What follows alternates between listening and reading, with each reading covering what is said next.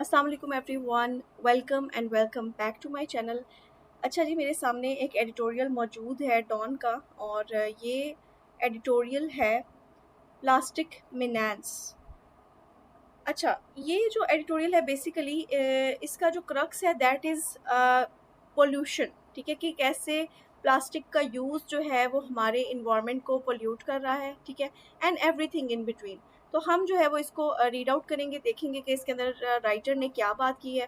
ठीक है, इसके अंदर मुश्किल अल्फाज जो हैं, कॉन्सेप्ट्स हैं, उनको हम क्लियर करेंगे। चलें जी, आर्टिकल को शुरू करते हैं। Plastic pollution has emerged as one of the most pressing environmental challenges of our time, and its impact on South Asia is particularly severe. वो कहते हैं कि प्लास्टिक का जो पोल्यूशन है ये इमर्ज हुआ है, यानी कि जाहिर हुआ है as one of the most pressing environmental challenge, माहौलियाती आलूदगी का एक बहुत बड़ा चैलेंज बनकर हमारे वक्त का। और इसके जो असरात हैं वो साउथ एशिया में, ख़ास तौर पर साउथ एशिया में बहुत सवियर हैं। सवियर कहते हैं जी किसी चीज़ को सख्त को। ठीक है, the world bank's recent report titled waves of plastics, a snapshot of marine plastic pollution in south Asia shed lights on the sheer scale of this crisis.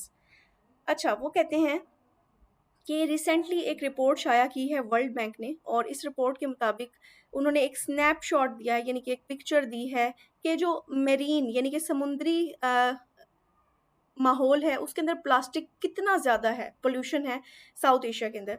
अच्छा, शेयर कहते हैं जी महज स्केल ऑफ दिस क्राइसिस, यानी कि ये जो report है ये हमें बताती है कि प्लास्टिक जो है ना वो कितना बड़ा एक मसला बन चुका है फॉर ओवर इन्वायरमेंट। उसमें उन्होंने स्पेसिफिकली टारगेट किया है ये जो साउथ एशियन रीजन है। अगर आपको नहीं पता तो साउथ एशियन रीजन के अंदर जो है वो पाकिस्तान, बांग्लादेश, इंडिया, ठीक है, ये सारे कंट्रीज जो है आ जाते हैं। अच्छा, I was watching a video few days ago. उसके अंदर वो दिखा रहे थे कि कैसे वो समुंदर में से ना एक बहुत बड़ा जाल जो है ना वो फेंक कर प्लास्टिक को निकाल रहे थे, और इतना tons and tons of plastic था ना कि उसके आगे बंदे भी खड़े हुए छोटे छोटे दिखाई दे रहे थे। इसका मतलब है कि प्लास्टिक जो है वो इतना ज़्यादा समुंदर के अंदर जा रहा है। It underscores the dire consequence of inadequate waste management and the urgent need for coordinated regional action to address growing threat of plastic pollution. अच्छा, इतने सारे प्लास्टिक के वेस्ट से ये बात जाहिर होती है कि एक जो सिस्टम है वेस्ट मैनेजमेंट का वो इनएडिक्वेट है, नामुनासिब सिस्टम है। ठीक है, और क्या है कि there is an urgent need, हमें ज़रूरत है फॉर कोऑर्डिनेटेड रीजनल एक्शन। एक रीजन यानी कि रीजन के अंदर जितने भी स्टेट्स आ रहे हैं ना वो मिल के एक्शन करें और इस प्लास्टिक के पोल्यूशन से जो है ना वो जान छुड़ाएं। अच्छा, आगे बढ़ते हैं। South Asia is home to nearly a quarter of the global population and is characterized by densely populated urban centers and sprawling rural areas. अच्छा, यहाँ पर वो ये बात कर रहे हैं कि जो साउथ एशिया है वो तकरीबन दुनिया के वन क्वार्टर, यानी कि क्वार्टर कहते हैं फोर्थ हिस्सा जो होता है ना, 1/4 ऑफ द वर्ल्ड पॉपुलेशन लेकर बैठा हुआ है। और यहाँ पे जो रूरल एरियाज हैं यानी कि जो शहरी इलाके हैं, दीज आर स्प्राउलिंग, यानी कि फैले हुए हैं। अच्छा, आगे बढ़ते हैं। Together with rapid industrialisation and urbanisation, these factors have led to the significant increase in plastic consumption and waste generation. अब वो कहते हैं कि जी इतनी ज़्यादा इंडस्ट्रियलाइजेशन होने की वजह से और अर्बनाइजेशन होने की वजह से, अर्बनाइजेशन कहते हैं कि जब लोग शहरों में चले जाते हैं, ठीक है, वहाँ जाकर आबाद होते हैं फैसिलिटीज़ वगैरह की वजह से, तो उसकी वजह से जो है ना प्लास्टिक की कंजम्पशन यानी इसका इस्तेमाल जो है वो और ज़्यादा हो गया है। ठीक है, जिससे और ज़्यादा वेस्ट जो है वो पैदा हो रहा है।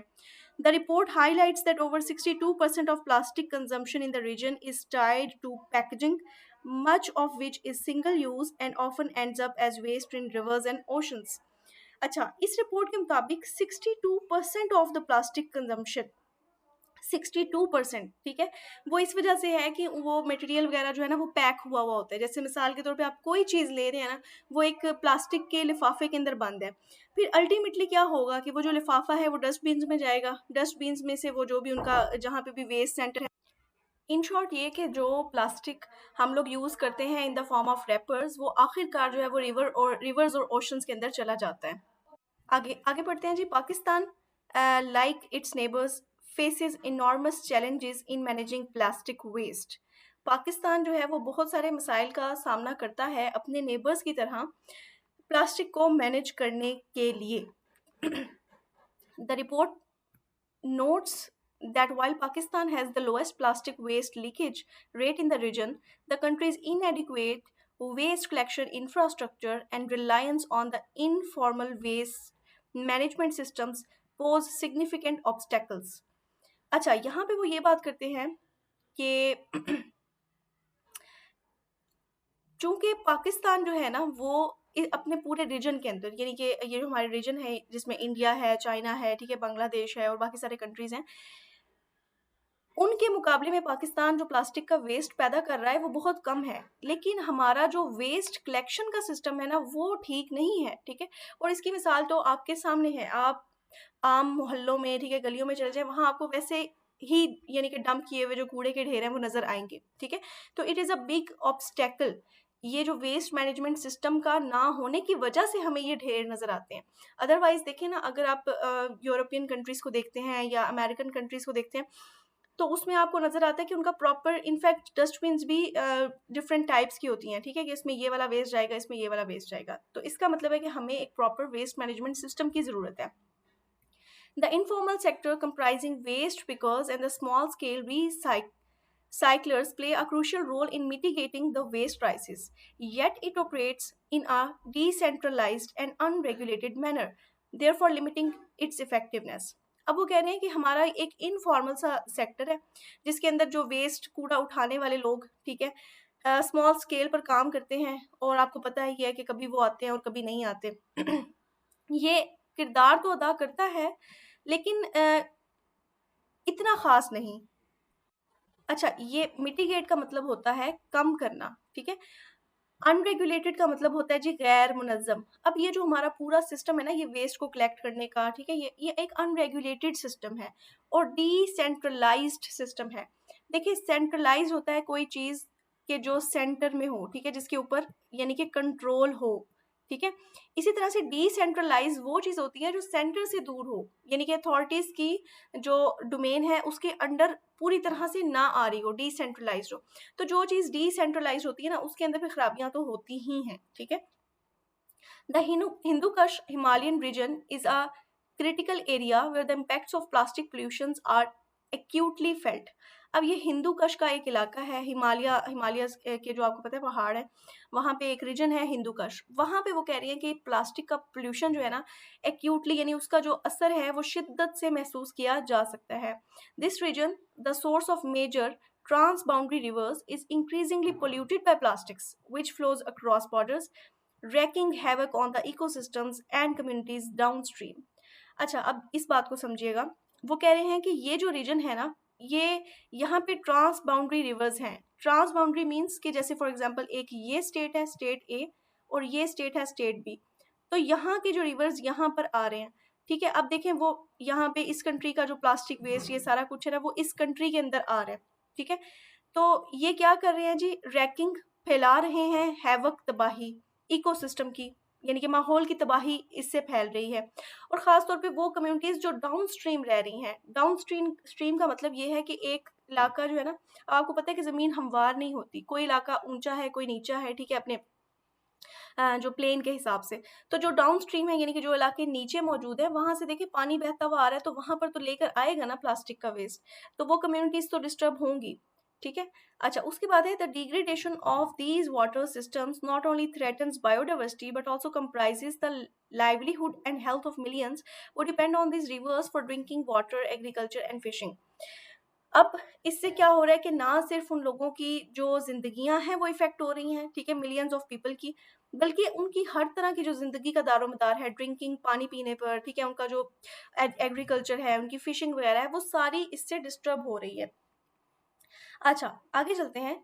Given the transboundary nature of plastic pollution, the report rightly calls for regional cooperation, ठीक है. अच्छा, इस रिपोर्ट के मुताबिक ये जो ट्रांस बाउंड्री नेचर है जो मैंने अभी ऊपर एक्सप्लेन किया है, इस पोल्यूशन की वजह से रीजनल कोऑपरेशन की ज़रूरत है कि तमाम रीजन जो है ना वो मिलकर इसको काम करे, इस पर काम करे. South Asian countries must put aside political hostilities and work together to tackle this shared economic threat. अब वो कह रहे हैं कि जो रीजनल हॉस्टिलिटीज हैं, ये जो दुश्मनियां हैं, इसको साइड पर रखकर जो इन्वायरमेंट का थ्रेट है उसको मिलकर कोप अप करना चाहिए. The region's governments must take the report's findings seriously and renew efforts to combat plastic pollution. अब जो रीजन की गवर्नमेंट्स हैं उनको इस रिपोर्ट को सीरियस लेना चाहिए और मिलकर इसको कम्बैट करना चाहिए, इसका मुकाबला करना चाहिए. This involves not only strengthening domestic waste management system but also actively participating in regional initiatives aimed at reducing waste. The health of the Hindu Kush Himalayan region's rivers and the millions who depend on them hinges on the ability of these nations to collaborate effectively. अच्छा, यहाँ पर वो ये बात कर रहे हैं कि आपको ना सिर्फ अपने डोमेस्टिक वेस्ट प्रोडक्ट्स जो हैं उस मैनेजमेंट सिस्टम को ठीक करना चाहिए, यानी कि जो आपके घर का है, यानी आपकी कंट्री का है, बल्कि रीजन के अंदर भी आपको मिलकर काम करना चाहिए. ठीक है. इसी तरह से वो कह रहे हैं कि देखिए, हिंदू कश जो रीजन है and millions who depend on them, इस रीजन के अंदर मिलियंस ऑफ लोग रह रहे हैं. ठीक है. Hinges on the ability of these nations और टू कोलैबोरेट इफेक्टिवली. अब मिलकर जो है ना इस मिनांस को, ठीक है, इस प्लास्टिक मिनांस को सबको एक कोलैबोरेटिव एक्शन लेकर इसको जो है ना वो टैकल करना चाहिए, यानी इससे निमटना चाहिए. अच्छा, ये एक बड़ा ही खूबसूरत आर्ग्यूमेंट है.